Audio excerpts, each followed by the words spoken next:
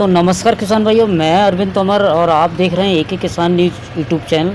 किसान भाइयों, आज मैं एक ऐसे एग्रीकल्चर पेस्टिसाइड की दुकान पे आया हूँ जो शिमला मिर्च का हमेशा बीज बेचते हैं और लंबे समय से एग्रीकल्चर की उनकी दुकान है और साथ ही साथ बहुत ही अनुभवी वो एक दुकानदार भी हैं, साथ में एक फार्मर भी हैं।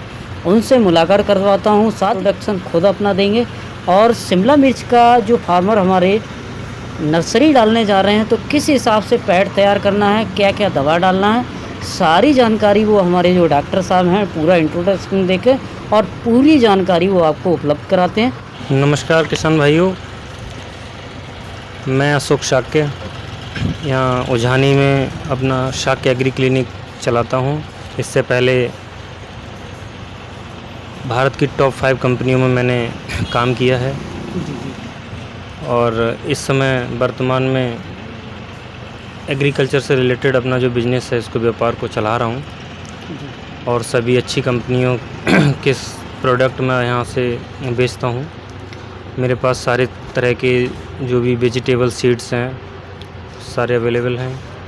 और रही बात मेजर क्रॉप शिमला मिर्च हमारे यहाँ अधिक होती है और मैं उसके बारे में कुछ जैसा कि डॉक्टर साहब ने बताया मैं बताना चाहूँगा। मेन टॉपिक अशोक जी ये है कि अगर कोई नया किसान है जी और वो शिमला मिर्च का नर्सरी डालना चाहता है, यानी पौध डालना चाहता है, तो किस हिसाब से खेत तैयार करेगा, किस हिसाब से टेंट लगाएगा और कितना बीज पड़ता है, वो ज़रा थोड़ा बताइए। देखिए, सबसे पहले शिमला मिर्च की खेती करने के लिए सबसे पहला जो टॉपिक है, सबसे पहले फार्मर को जो सोचना या देखना चाहिए वो सबसे पहले ये कि हम बेहतर बीज लें, अच्छी कंपनी का, अच्छी क्वालिटी का। यानी कि अशोक जी के अच्छी क्वालिटी का बीज होना चाहिए। जी जी जी, सबसे बेहतर, सबसे जो देखना है हमारे लिए वो बीज की क्वालिटी सबसे ज़रूरी है। अगर शिमला मिर्च में देखा जाए तो शिमला मिर्च में कौन सी वैरायटी है जो अच्छा आपके एरिया में हमारे एरिया में जो सबसे सुटेबल वैरायटी है, जो फार्मर सबसे ज़्यादा पसंद करते हैं, वो क्लाउस कंपनी की आशा वैरायटी आती है।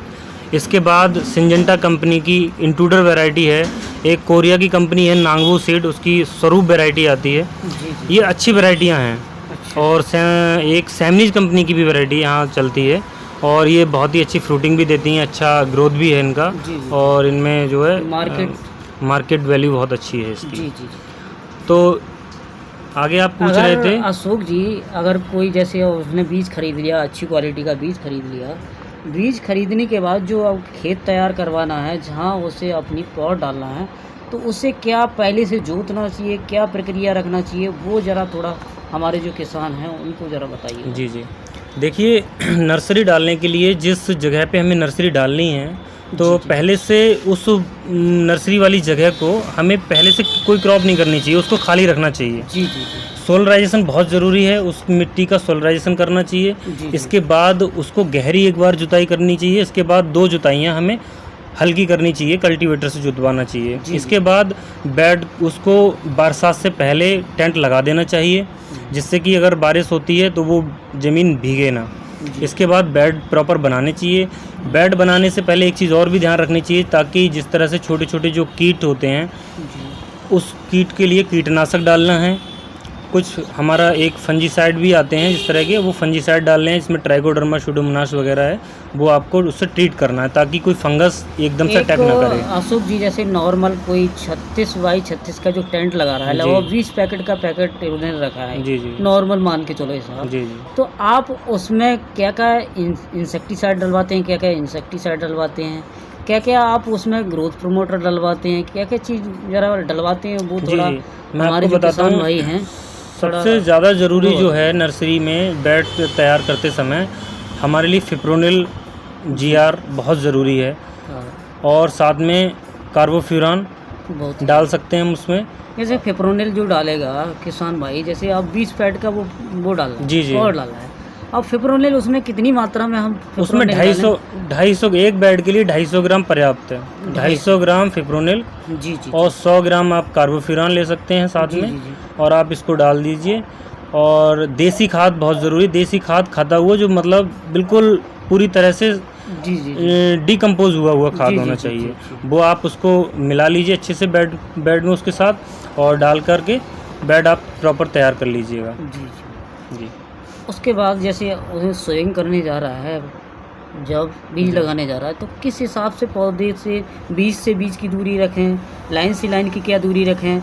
और जो आपने जो इंसेक्टिसाइड जो बताए आपने, तो बेड जो तैयार करा रहे हैं आप, तो बेड की खुदाई से पहले डलवाएँ या जो आपने बेड तैयार करवा लिया है, तो बेड पे डलवाना है, ये किस तरीके से वो थोड़ा देखो क्लियर बेटर करिएगा? सर ऐसा है, बेटर तो आपको बेड बनाने से पहले ज़्यादा सुटेबल रहता है, लेकिन बहुत सारे फार्मर्स बताते हैं और जी। हमने भी डलवाते हैं कि जो जी, जी, जो जी। बेड बना लेते हैं उसके बाद भी ऊपर से डला के उसकी हल्की सी गुड़ाई करा दी गुड़ाई जाती करा है। दी। जी जी। जी, जी। इसके बाद सीड सोइंग करने के लिए आप सीड का जो डिस्टेंस है वो कम से कम 1 इंच का, और रो का जो डिस्टेंस है वो 2.5 इंच रखनी चाहिए। अच्छा। इसके से हमारी हेल्दी नर्सरी तैयार होती है, और उसकी नर्सरी की जो मोटाई रहती है वो बहुत अच्छी रहती है, और जो डंपिंग ऑफ की जो प्रॉब्लम आती है वो जो है कम आती है।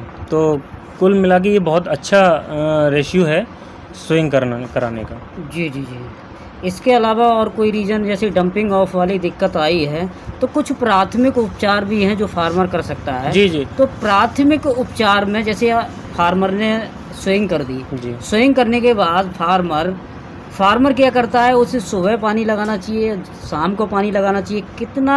अगर सोइंग होने के बाद अगर जर्मिनेशन बीज का हो जाता है, जर्मिनेशन के कितने दिन तक आपको पानी का प्रक्रिया थोड़ा वो ज़रा हमारे जो किसान हैं उनको ज़रा बताइएगा। देखिए किसान भाइयों, सबसे अच्छा ये है कि आप जब आपने सीड को सोइंग करा दिए, उसके बाद जब हम पानी लगाते हैं तो जी। पहली बात तो जब पानी लगाते हैं तो प्रॉपर पानी दीजिए आप। जी, जी, जी। इतना पानी दीजिए कि आराम से सीड तक पहुंच जाए, बेड तर हो जाए, जिससे कि उसमें नमी ना सूखे, नमी बनी रहे, क्योंकि बीज जो सीड होता है उसको फूलने के लिए नमी की बहुत आवश्यकता होती है। तो आप जब तक जर्मिनेशन ना आ जाए, सुबह और शाम रेगुलर आपको उस छिड़काव करना है पानी का, हजारे से। जर्मिनेशन जब तक नहीं हो तो तब तक आपको दोनों टाइम पानी लगाना बिल्कुल है। बिल्कुल। और जर्मिनेशन हो जाए उसके बाद आपको एक ही टाइम पानी हाँ, लगाना उसके है। बाद सिचुएशन के हिसाब से आप पानी को अपना मेंटेन कर सकते हैं।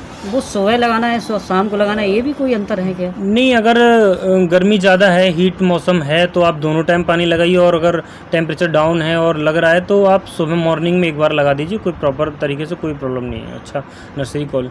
और इसके बाद भी अगर आपको जब सबसे ज़्यादा डंपिंग ऑफ की प्रॉब्लम जब ही आती है जब नर्सरी हमारी जर्मिनेशन के बाद जब करीब 10 दिन तक प्रॉब्लम ज़्यादा रहती है, मेजर रहती है, तो तब 10 डेज तक आपको बहुत अच्छा सा ख्याल रखना है अपनी नर्सरी का। इसके बाद आप अगर डंपिंग ऑफ की प्रॉब्लम आती है तो आप किसी भी अच्छी कंपनी का मेटल एक्सेल मैनकोजेब लगा सकते हैं, कार्बोडाई मैनकोजेब लगा सकते हैं। इंडोफिल का एक प्रोडक्ट आता है स्प्रिंट, वो बहुत अच्छा रिजल्ट है, उसको मैं यूज़ करवाता हूँ, आप वो लगा सकते हैं। या सिंजेंटा का रिडोमिल आता है, कुछ हल्का सा, मतलब क्रिटिकल कंडीशन में, नॉर्मल कंडीशन में नहीं लगाना है मुझे, ठीक है ना। तो ये यूज़ कर सकते हैं, आराम से आपकी हेल्दी नर्सरी हो जाए। जी सर। तो अशोक जी, आप हमारे चैनल पर आए, इसके लिए आपको बहुत बहुत धन्यवाद। और बाकी जो कुछ जानकारी है मैं समय समय पर अशोक जी से मिलवाता रहूँगा। और अशोक जी ने जो जितनी जानकारी दी, बहुत ही अच्छी जानकारी दी। इसके अलावा जो भी जानकारी है आप कमेंट बॉक्स में कमेंट करके मुझे अवश्य बताइएगा। तो फिर मिलता हूँ अगली वीडियो में नए टॉपिक के साथ, तब तक के लिए धन्यवाद।